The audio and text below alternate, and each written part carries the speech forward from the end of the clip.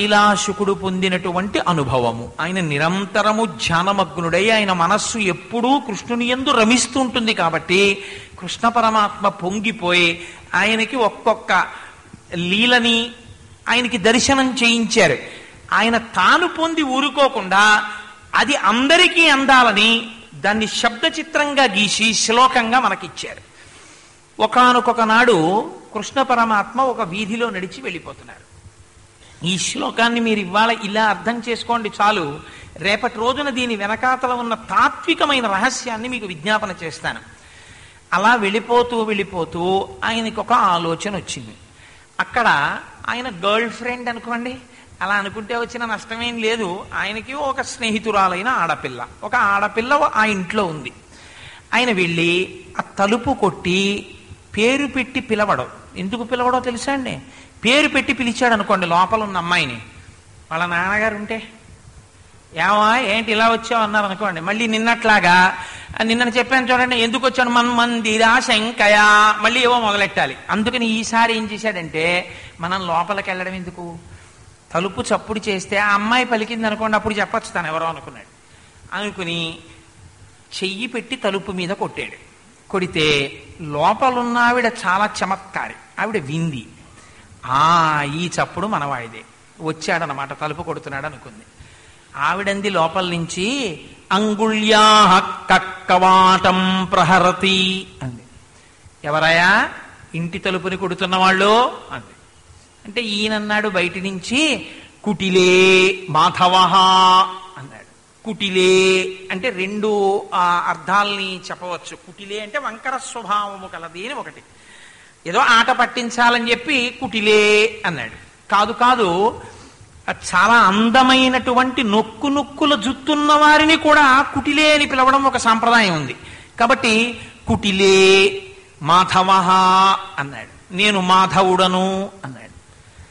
ఆవిడ ఓహో తలుపు కొట్టి పట్టపగలొచ్చి కుటిలే మాధవ అంటున్నాడు. ఈయన్ని ఆట పట్టించాలనుకుంది ఆవిడ. అనుకుని ఆవిడంది, ఓహో మాధవుడు, ఆవిడికి తెలిసి వచ్చినవాడు మాధవుడు అంటే కృష్ణుడు వచ్చాడని. ఆవిడంది, కిం వసంతో అంది. ఇది మరీ పెద్ద పిడుగుపాటు ఎందుకో తెలుసా అండి? కృష్ణుడికి తనే వెళ్ళి అలా తలుపు కొడుతుంటానని ఒక నమ్మకం. ఇప్పుడు ఆవిడంది, ఓహో వసంతుడివా అంది. రెండు రకాల పిడుగుపడింది ఆవిడికి. ఆయనకి అంటే ఆయన కూడా వస్తుంటాడా, నేనే వస్తుంటాననుకున్నాను ఇలా సంతోషంగా ఈవిడితో మాట్లాడడానికి, ఈవిడితో గడపడానికి. ఇప్పుడు కిం వసంతో, వసంతుడివా అంటుంది ఏమిటి, ఆయన వస్తుంటాడేమిటి ఇక్కడికి అని ఆయనకు అనుమానం వచ్చింది. ఆవిడెందుకంది? ఆవిడ అండంలో ఇంకో రహస్యం ఉంది. ఆవిడ అంత చౌకబారుగా ఆవిడ మాట్లాడలేదు, అంత చౌకబారిగా కృష్ణుడు అర్థం చేసుకోలేదు. కానీ ఆ నాటకీయ సన్నివేశమునందు మీరు అలా అనుకుంటే దోషం లేదు. ఆయన ఏమన్నాడు, మాధవ అన్నాడు. అంటే ఆయనకు ఒక గొప్ప అదేంటి సంతోషం. ఏమిటి మాధవ అంటే రెండు అర్థాలు. మాధవ అంటే మా అంటే లక్ష్మీదేవి, సమస్త లోకములకు జనని. ధవుడు అంటే భర్త. నేను లక్ష్మీదేవి భర్తని కాదు. అక్కడ కావలసింది అది కాదు. ఒక ప్రియురాలి దగ్గరికి వెళ్ళి నేను ఫలానా ఆవిడ భర్తని అంటే చాదలబా అంటుంది. ఆ స్టేటస్ లో మాట్లాడకూడదు కదా. అందుకని నీ యందు చాలా ప్రేమ ఉన్నవాణ్ణి అని చెప్పుకోవాలి. అందుకని నీ యందు ప్రేమ ఉన్నవాణ్ణి అని చెప్పడానికి, నీ మధువు కడుపు నిండా నింపుకున్నవాణ్ణి అంటే తేనెలూరేటంతటి ప్రేమ నీ యందు పెట్టుకున్నవాణ్ణి అని చెప్పడానికి ఆయన మాధవ అన్నాడు. అంటే భగవంతునికి ఉన్నటువంటి నామాలలో ఒక నామాన్ని వేశాడు. సాధారణంగా ఎవరైనా మాధవ అంటే తలుపు తీయకుండా ఉండకూడదు. ఎందుకు ఉండకూడదు? లక్ష్మీదేవి భర్త వచ్చినవాడు. మాధవుడు వచ్చాడు అనుకోండి మీ ఇంటికి, లక్ష్మి కూడా వచ్చేస్తుంది అంతే. ఎందుకని ఆవిడకు బిరుదుంది, నిత్యానపాయనీం నిరవద్యాం దేవదేవ దివ్య మహిషీం అఖిల జగన్మాతరం అస్మన్మాతరం అశరణ్య శరణ్యాం అనన్య శరణ శరణమహం ప్రపద్యే. ఆయన వెనకాతల ఆవిడ కూడా లోపలికి వస్తుంది. కాబట్టి మాధవుణ్ణి వచ్చాను అన్నాడు అనుకోండి, వెంటనే తలుపు తీయాలి. ఇప్పుడు ఆవిడ మాధవ అంటే ఆవిడ ఏం తలుపు తీయలేదు. ఆవిడ చాలా చమత్కారి, చాలా తెలివైంది. ఇందులో మీరు ఒక్క విషయం గమనించాలి. తలుపు కొట్టేవాడికి ఎవరు మీరు అన్నప్పుడు మనం ఎలా చెప్దాం, మనం ఎవరింటికి ఎడుతున్నాం, తలుపు ఎందుకు కొడుతున్నాం, మనం ఎందుకు పేరు పెట్టి పిలవట్లేదు, దీనికి అంతటికీ మనసులో తయారవడానికి కొంత కాలం ఉంది. అతను మనసులో సిద్ధపడి వచ్చి తలుపు కొట్టి మాట్లాడుతున్నాడు. కానీ లోపలున్నావిడికి అలా సిద్ధపడ్డానికి ఏం కాలం లేదు. ఎందుచేతంటే తలుపు చప్పుడు వినపడగానే ఎవరండి అంది. మాధవ అంటే సంతోషంగా తలుపు తీసేయాలి. కానీ ఆవిడ అలా తీయలేదు. ఆవిడ ఎంత చమత్కారో చూడండి. వెంటనే చెప్తోంది ఆవిడంది కిం వసంతో, ఓహో నువ్వు వసంతుడివా అంది. వసంతుడివా అనడానికి ఒక కారణం ఉంది. మాధవ మాసము చైత్ర వైశాఖ మాసములలో మనం చైత్రమాసాన్ని వైశాఖ మాసాన్ని మాధవ మాసము అని పిలుస్తారు, చైత్రమాసాన్ని మధుమాసము అని పిలుస్తారు. ఈ రెండు మాసముల యందు వసంత ఋతువు ఉంటుంది. వసంత ఋతువు ఉన్న కాలమునందు పువ్వుల యందు మధువు చాలా ఎక్కువగా ఉంటుంది. అందుకే చైత్ర శ్రీమాన్ ఇయం మాసః పుణ్యః పుష్పితకాననః యవ్వరాజ్యాయ రామస్య సర్వం మే ఉపకల్ప్యతాం అంటాడు దశరథుడు అయోధ్యకాండలో. ఇది చాలా పుణ్యప్రదమైన కాలం, అరణ్యాలన్నీ పుష్పించి ఉంటాయంటాడు. ఆ వసంత ఋతువులో పువ్వుల యందు మధువు ఎక్కువగా ఉంటుంది. కాబట్టి ఆ వచ్చినటువంటి వాడివి నేను మాధవ అన్నాడు కృష్ణుడు. కిం వసంతో అంటే వసంత ఋతువు యొక్క అధిష్టాన దైవమైనటువంటి వసంతుడు వచ్చావా నువ్వు అంది ఆవిడే. కుటిలే మాధవ కిం వసంతో అంది. అయ్య బాబు ఇదేమిట్రా కిం వసంతో అంటుందేమిటి, ఇప్పుడు ఏం చెప్పాలి పేరు? ఆయన కాసేపు ఆలోచించాడు. ఆలోచించి నో చక్రీ అన్నాడు. కాదు వసంతుడు అంటారేమిటి, నేను వసంతుణ్ణి కాను, నేను చక్రీ, నేను చక్రం పట్టుకునేవాడిని వచ్చానన్నాడు. ఆవిడంది ఓహో కిం కులాలో, కుండలు చేసే కుమ్మరివాడు వచ్చావా? కుమ్మరివాడు కూడా చక్రం మీద ఎప్పుడూ తిప్పుతూ మట్టితో కుండలు చేస్తుంటాడు. అందుని ప్యాట్ కేమ్ ది రిప్లై అంటారు ఇంగ్లీష్లో. ఆవిడేం తడబడలేదు. ఆవిడంది కిం కులాలో, ఓహో కుండలు చేసేవాడు వచ్చావా అయితే. అయ్యి బాబు ఇదేమిట్రా ఇలా అంటుంది నన్ను బొత్తిగాను అనుకున్నాడు ఆయన. ఏం చెప్పాలి వీడికి ఆలోచించాడు. ఆలోచించి ఇలా చెప్పకూడదు, ఇంకేదైనా బాగా ఈ మాట అర్థమయ్యేటటువంటి పేరు చెప్తాను అనుకున్నాడు. అనుకుని ఒక్క క్షణం ఆలోచించి నహి ధరణీధర, ఈ భూమినంతటినీ మోసేటటువంటి వాడిని అన్నాడు. ఆవిడంది లోపల నుంచి ఓహో కిం ద్విజిహ్వః, 2 నాలుకలు ఉన్నవాడి వచ్చావా అయితే. ఫణీంద్ర, పెద్ద పాము వచ్చిందనమాట మా ఇంటికండి. మరి భూమిని మోసేవాడు ఆదిశేషుడు, ఆదిశేషుడు పాము, పాముకి 2 నాలుకలు ఉంటాయి, 1000 తలకాయలు ఉంటాయి, అందుకని మా ఇంటికి పెద్ద పాము వచ్చిందనమాట అందావిడ. అయ్యి బాబు ఇది ఎక్కడ గొడవరా, ఎన్ని పేర్లు చెప్పినా ఇంకో వక్రమైన పేరు పెట్టి పిలుస్తుంది నన్ను. మొత్తానికి ఓహో కృష్ణుడా అని మాత్రం అంటలేదు. ఏం చెప్పడం మళ్ళీ ఆలోచించాడు కాసేపు. ఆలోచించి ఇది చెప్తాను, ఈ మాట గుర్తుపడుతుంది అనుకోడు. నాహం ఘోరాహిమర్ది, నేనా కాళీయుణ్ణి బ్రహ్మాండమైనటువంటి ఒక పెద్ద పావుని మర్దించాను చూసావా, వాణ్ణొచ్చాను అన్నాడు. ఆవిడంది ఓహో కిమసి ఖగపతి, గరుత్మంతుడు వచ్చాడనమాట మా ఇంటికి. పావుల్ని వేటాడుతుంటాడు కదా, మర్దిస్తుంటాడు. గరుత్మంతుడు వచ్చావా అయితే అంది. ఇది ఎక్కడికి గొడవ వచ్చపడిందిరా, ఎన్ని పేర్లు చెప్పినా మళ్ళీ ఇంకో పేరేదో చెప్తుంది. లేదు ఈ మాట గుర్తుపట్టి తీరాలి, నాకున్న గొప్ప నామాన్ని చెప్పేస్తాను. ఇంకా ఈ నామం చెప్పిన తర్వాత ఇహ తడబడ్డానికి వీల్లేదు, లోకానికి అంతటికీ తెలిసిన నామం నాది, ప్రయోగించేస్తాను బ్రహ్మాస్త్రం అనుకున్నాడు. అనుకుని ఒక్కసారి అన్నాడు, చెప్తున్నాను జాగ్రత్తగా విను, హరిహి అన్నాడు. వచ్చినటువంటి వాడిని నో హరిహి, నువ్వు అనుకున్నటువంటి వాడిని కాను, నేను హరిని వచ్చాను అన్నాడు.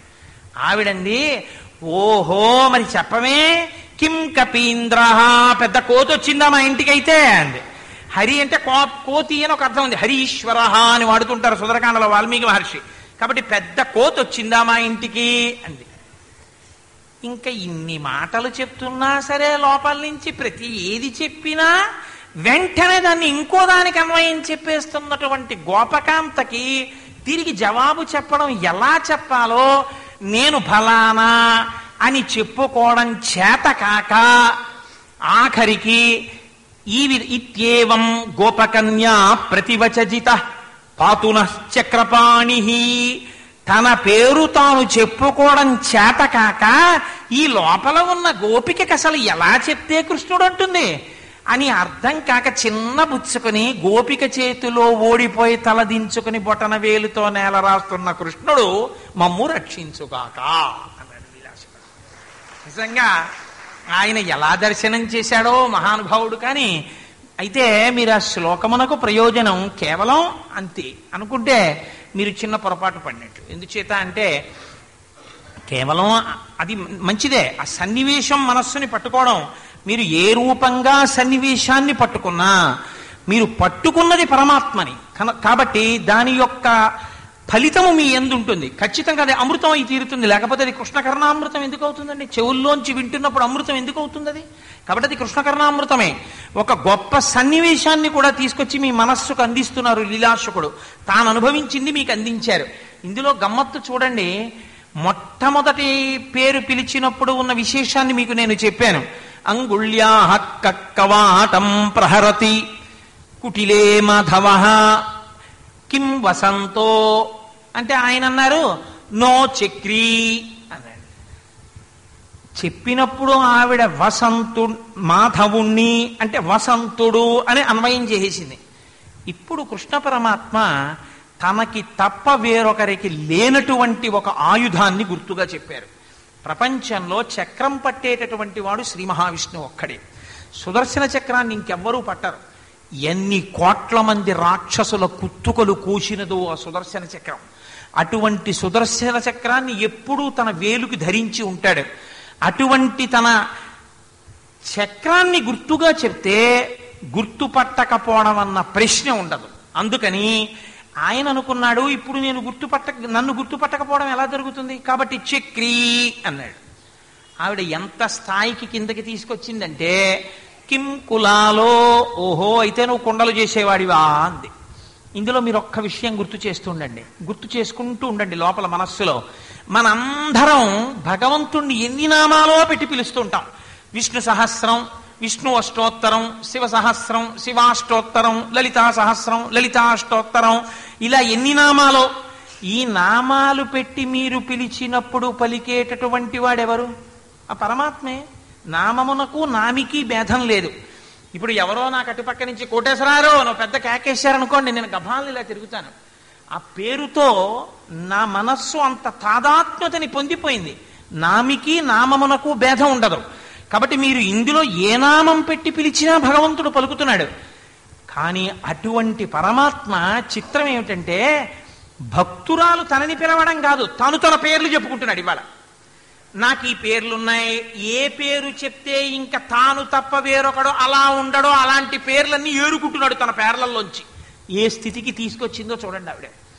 ఇది భక్తురాలి ప్రజ్ఞ. లోపల ఉన్న ఆవిడ్ని మీరు తక్కువగా అంచనా వేయకూడదు.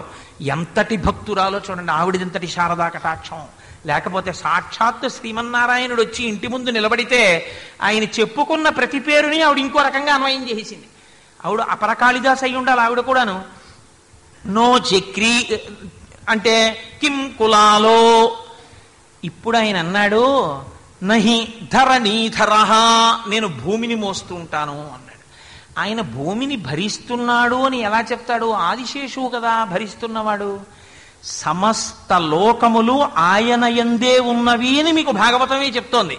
ఎందుచేతనంటే ఒకానొకనాడు యశోదాదేవి మన్నేటికి భక్షింతువు మన్నియమములేల మన్నింపవు అన్నయు సకులను చెప్పెదరన్నామ నేల వేరు పదార్థము లేదే. ఎందుకురా మట్టి తింటావు అంటే, అమ్మా మన్ను తినంగనే శిశువునో యాకుంటినో వెర్రినో నమ్మంజూడకు వీరి మాటలు మదిన్న నీవు కొట్టంగదారిమ్మర్గమ్ము ఘటించి చెప్పెదరు కాదేనిన్ మదీయస్య గంధం అఘ్రాణము చేసి నా వచనముల్ తప్పైన దండింపవే.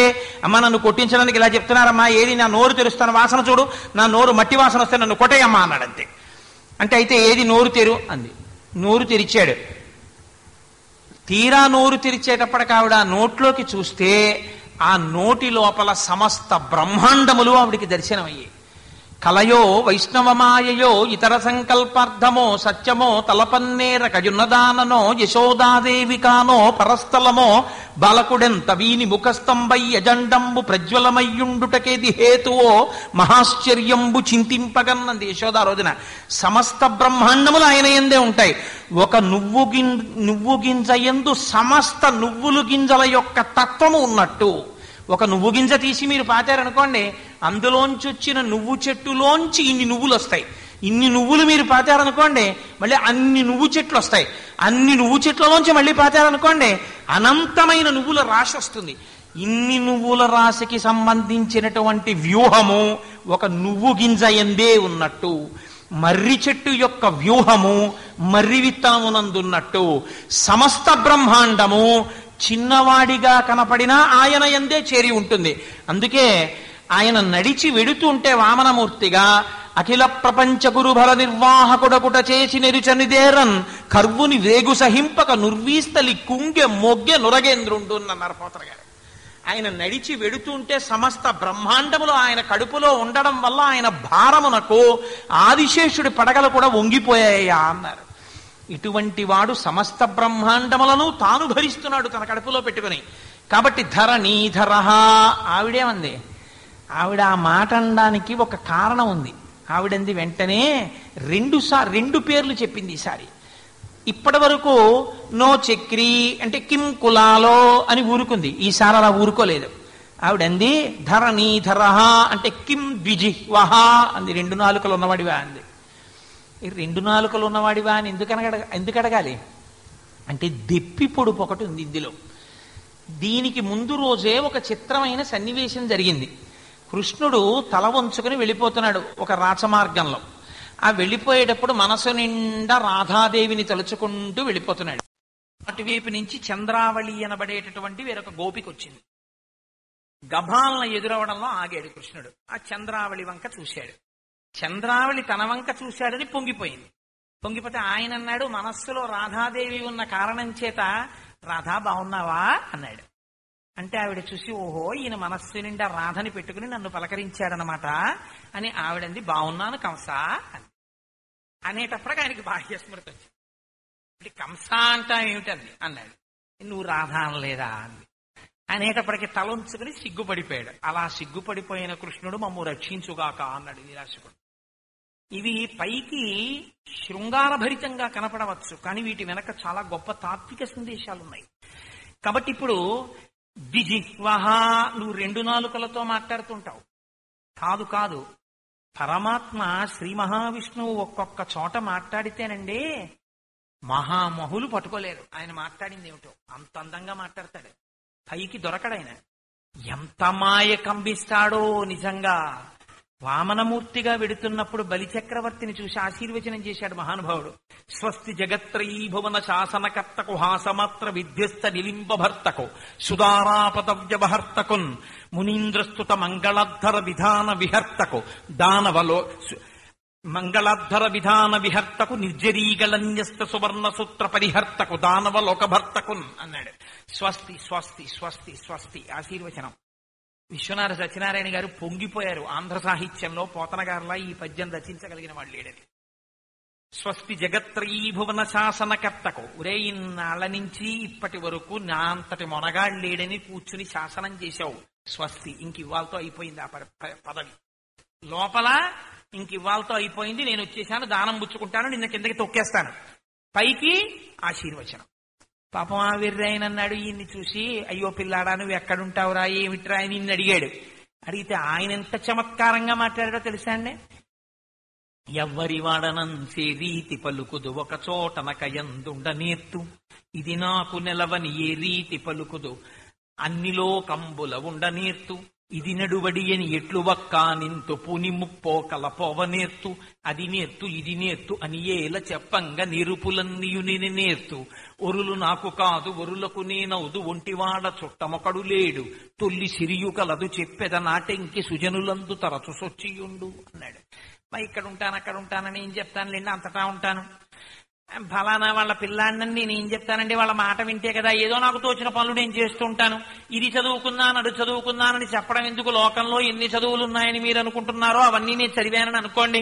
ఇంతకు ముందు నాకు చాలా లక్ష్మి ఉండేది, ఇప్పుడు మాత్రం లక్ష్మి లేదు, అంటే బ్రహ్మచారిగా ఉన్నాను. కానీ నాకు ఒక్క బలహీనత ఉంది, నన్ను ఎవరు తలుచుకుంటూ ఉంటారో వాళ్ళ దగ్గర మాత్రం నేను ఉంటూ ఉంటాను. ఇవన్నీ పైకి వినడానికి బ్రహ్మచారి లక్షణాల్లా కనపడుతుంటాయి. ఆంతరమనందు శ్రీ మహావిష్ణువు యొక్క తత్వాన్ని చెప్తున్నారు. పైకి చెప్పేటప్పుడు చక్కగా ఒక బ్రహ్మచారి గురించి చెప్పినట్టు చెప్తున్నారు. ఎక్కడెక్కడ మాయ కమ్మించి రాక్షస సంహారము తన అవతార ప్రయోజనము నెరవేర్చుకోవాలో అక్కడక్కడ అలా మాట్లాడగలిగినటువంటి లక్షణం ఉన్నవాడివి. అందుకని ద్విజిహ్వః, నీకు 2 నాలుకలు. మన వాళ్ళు చూడండి, ఎప్పుడైనా ఇవాళ మాట్లాడిన మాట రేపు మార్చేశాడు అనుకోండి, అబ్బాయి నేను ఆ ఉద్దేశ్యంతో అనలేదండి ఇందుకన్నానండి అన్నాడు అనుకోండి, రాజుగారి పెద్ద భార్య చాలా మంచిదండి అన్నాడు ఇవాళ. అంటే రేపు చిన్న భార్య వచ్చి కబురు చేసింది, ఓసారి రమ్మనండి కోటేశ్వర అన్నాడు. వెళ్ళాడు. ఏమిటి నిన్న మీరు నేను చెడ్డదాన్నని చెప్పారట? ఎప్పుడు చెప్పానమ్మా? నిన్న రాజుగారి పెద్ద భార్య మంచిదన్నారట. అవును, ఆవిడ నన్ను ఎప్పుడు పిలుస్తుంటారు, ఏదో భాగవతంలో పద్యం చెప్పమన్నారు, మీరు ఎప్పుడు పిలవను లేదు, నేను మిమ్మల్ని చూడను లేదు, మీరు అంతకన్నా మంచివారేమో, పెద్ద భార్య కన్నా చిన్న భార్య మంచిదని చెప్పడానికి నాకు మీతో ఎప్పుడు పరిచయం లేదు, మీ దగ్గరికి రాలేదు కదమ్మా, అందుకని తెలుసున్న పెద్ద భార్య మంచిదని చెప్పాను తప్ప మీ గురించి నేనేమనలేదే. మొదటి రోజు రాజుగారి పెద్ద భార్య మంచిది అన్నప్పుడు రెండో భార్య గురించి ఇంకో అర్థం వచ్చింది. ఇవాళ మీరు చెడ్డని నేను అనలేదే అండంలో అది సత్యమే అయింది. ద్విజిహ్వాహ, రెండు నాలుకలతో మాట్లాడుతుంటాడు. ఆ మాట ఎలా అయినా అన్వయం చేసుకుంటాడు, తనకి ఎలాగా పనికొస్తుందో అలా మార్చేసుకుంటాడు. ఒక్కొక్కరు చూడండి చాలా సాత్వికంగా మాట్లాడినట్టు ఉంటుంది, కానీ అందులోనే ఉంటుంది చురకంతా. ఎంత గొప్పగా మాట్లాడతారో. వెనకటికి పాపం ఇల్లాలు అడిగిందంటే, ఎప్పుడూ మా వాళ్ళనే తిడుతుంటారు ఏంటండి, మీ వాళ్ళందరూ అంత పూజనీయులేంటి, మీ వాళ్ళని ఎప్పుడైనా తిట్టారా అని. ఫోన్లే, అదే కదా నీ కోరిక, మా వాళ్ళని తిట్టలేదనే కదా నువ్వు అనుకునేది. ఇవాళ తిడుతున్నాను సరేనా, మా అత్తగారు మామగారే చెడ్డవాళ్ళు, మీ అత్తగారు మామగారే మంచివాళ్ళు, సరేనా. మీ వాళ్ళని ఇవాళ నా వాళ్ళని తిట్టుకున్నాను కదా, మా అత్తగారు మామగారే చెడ్డవాళ్ళు. ఏమైంది, మళ్ళీ ఆవిడగా పడింది సొరక. ద్విజిహ్వహ, రెండు నాలుకలు ఉన్నవాడు. స్వామి నువ్వు ఎలా మాట్లాడి ఎలాగైనా మాయలో ముంచి అవతార ప్రయోజనాల్ని నెరవేర్చుకున్నవాడవన్న సంగతి బాగా వంటబట్టినటువంటి వాళ్ళం. రాసలీలలో అప్పటికప్పుడు మా అందరితో ఉన్నట్టుగా ఉండి మేము రాసలీలలో ఆనందం అనుభవిస్తూ, చెల్వల మనధనమ్ము తెచ్చనో మల్లియలా రమీ పొదల మాటున లేడు కదమ్మ చెప్పరే అని అడగవలసి వచ్చింది. కాబట్టి ద్విజిహ్వహ, నీకు రెండు నాలుకలున్నాయి. ధరణీధర, ఆయన నేను భూమిని మోసేవాడిని అన్నాడు, అందుకని ద్విజిహ్వహ. ఫణీంద్ర, నువ్వు ఆదిశేషుడు అని నేను అనుకుంటున్నాను. సరే, అక్కడికి నెగ్గలేకపోయాడు. ఆ తర్వాత పాపం ఏదో ఇంకొక ప్రయత్నం చెయ్యాలనుకున్నాడు. అనుకుని ఈసారి ఆవిడే సాక్ష్యంగా ఉన్నది చెప్పాడు. ఎంత చిత్రంగా ఉంటుందో చూడండి, భక్తుల ముందు పరమాత్మ ఎలా ఓడిపోయి పొంగిపోతాడో చూడండి. ఈ ఓడిపోయి పొంగిపోయిన లక్షణం ఇప్పటిది కాదండి, కృష్ణతత్వంలో మీకు చూపిస్తాను నేను. ఘోరాహిమర్ది అన్నాడు, బాగా గుర్తొస్తుందని. ఎందుకని? ఈయన వల్లే ఉపకారం పొందారు వాళ్ళందరూ. కాళీయుడు వేడి సెగలు విడిచిపెడుతుంటే ఆ నీళ్లు తాగి చచ్చిపోయారు వాళ్ళందరూ. చనిపోతే తన కారుణ్య దృష్టితో బతికించి తాను దూకాడు ఆ కాళిందీ నది జలాల్లోకి. దూకితే గోపకాంతలు, గోపబాలురు, నందుడు, యశోద, బలరాముడు అందరూ వచ్చి ఒడ్డున నించున్నారు. ఒక్క బలరాముడు తప్ప మిగిలిన వాళ్ళందరూ గొంతెత్తి ఏడ్చారు ఆ రోజున. పన్నగము మమ్ము కరవక నిన్నేటికి కరచ కుర్ర, నిమ్మి కలిగి నీవుండిన మము రక్షింతువు, నిన్ను రక్షింప మేము నేరము తండ్రి. ఆ పావు మమ్మల్నన్నా కరవలేదు, నిన్ను కరిచిందని ఏడ్చారు. వాళ్ళు ఏడుస్తున్నారు కదా అని రక్షించడం కోసమని ఎగిరి ఆ పాము యొక్క ఆ పణముల మీదకి, పడగల మీదకి దూకాడు.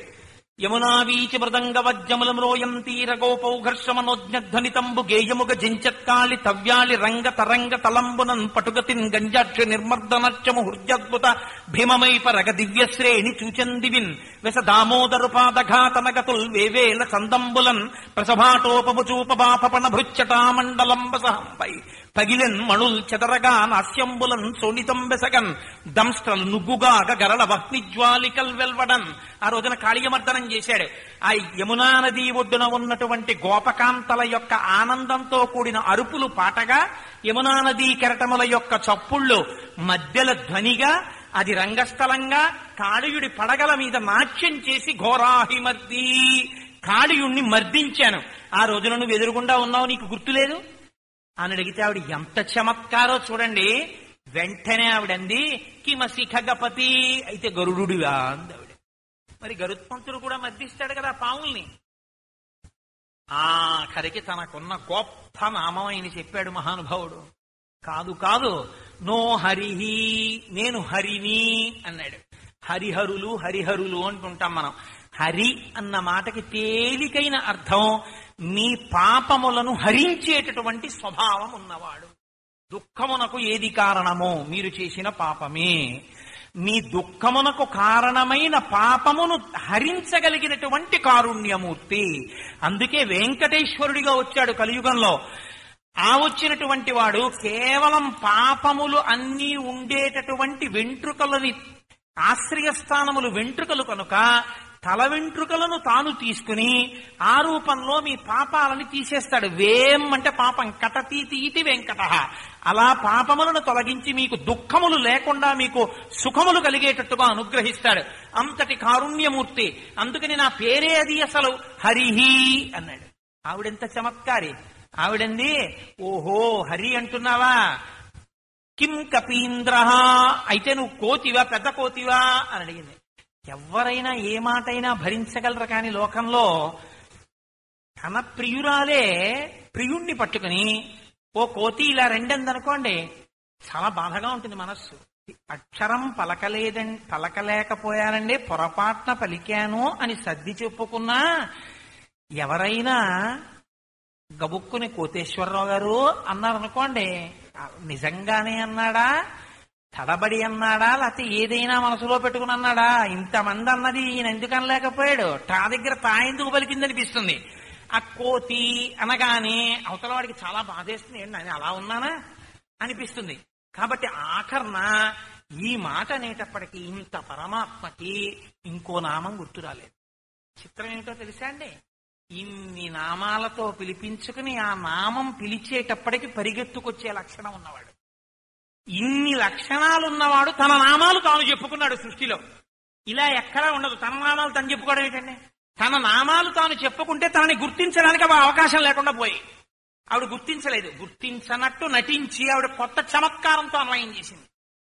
ఇప్పుడు ఆవిడికి ఇంకా పాపం జవాబు చెప్పలేకపోయాట. ఎవరు జవాబు చెప్పలేకపోయాడు?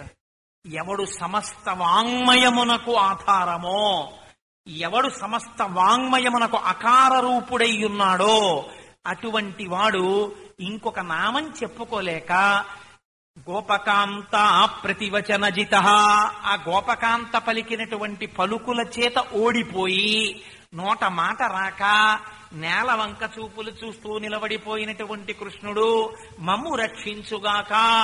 ఏమిటండి ఇది? గెలిచిన వాడిని రక్షించమని అడగాల, ఓడిపోయిన వాడిని రక్షించమని అడగాల? లోకంలో సాధారణంగా ఇద్దరు దెబ్బలాడుకున్నారనుకోండి, ఒకరు గెలిచారనుకోండి, మీరు ఎవరిని అడగాలి? ఆ గెలిచిన ఆయన పంచలు చేరాలయా, మమ్మల్ని రక్షించండి, మాకు ఇలాంటిది నేర్పుదురు, కొంచెం ఇలాంటి భాష్యం చెప్పడం అని చెప్పాలి. లీలాశుకుడు ఇదంటలేదు. ఓడిపోయినటువంటి కృష్ణుడున్నాడే, ఆయన మమ్మల్ని రక్షించుగాక. ఇదేమిటి, ఓడిపోయిన వాడిని రక్షించమని అడగడం ఏంటి అంటే, ఇందులో లీలాశుకుడు చూస్తున్న తత్వం ఇంకోటి ఉంది. కృష్ణ, ప్రపంచంలో అన్నిటికన్నా చాలా బాధాకరమైన విషయం ఏమిటంటే ఓడిపోవడం. నీకు ఈ లక్షణం ఇవ్వాల్టిది కాదు. నీకు భక్తుల చేతిలో ఓడిపోవడం అంత పెద్ద సన్మానం ఇంకోటి లేదు. ఒకానొకనాడు కురుక్షేత్రంలో యుద్ధం చేయడానికి ఏర్పాట్లు పూర్తవుతున్నాయి.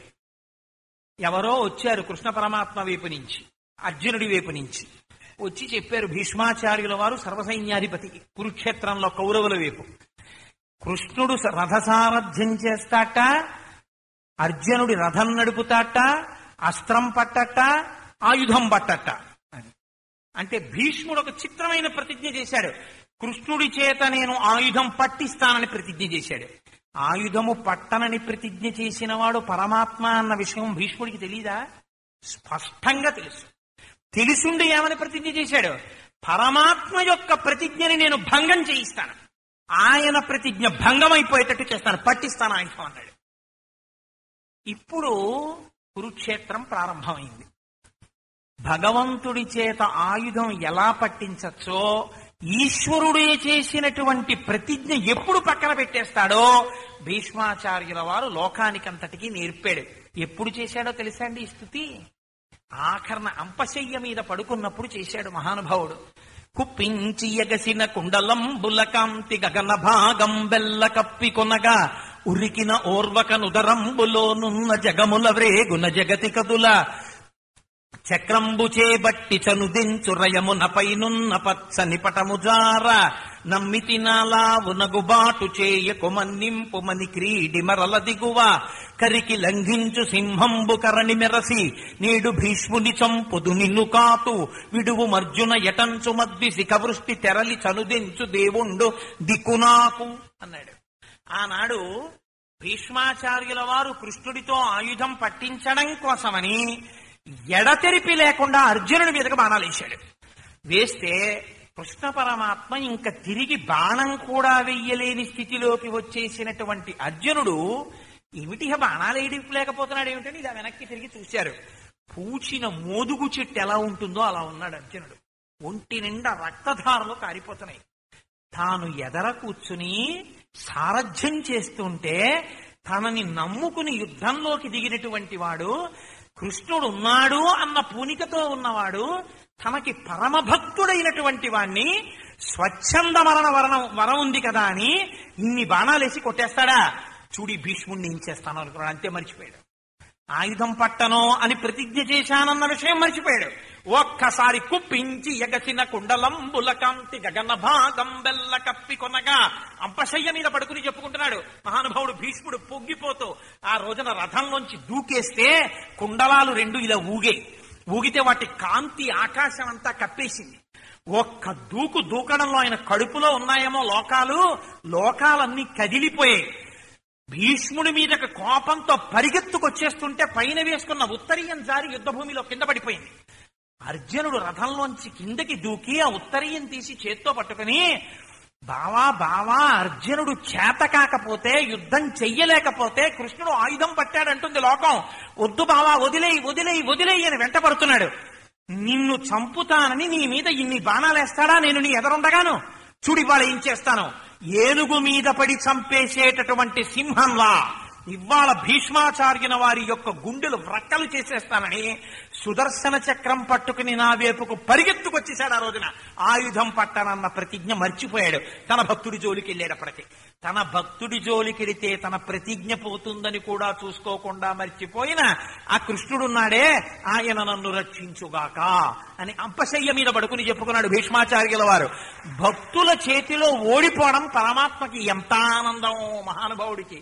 ఓడిపోయి దెబ్బలు తిని సంతోషపడిపోయి వాటిని ఆభరణాలుగా స్వీకరిస్తూ ఉంటాడు.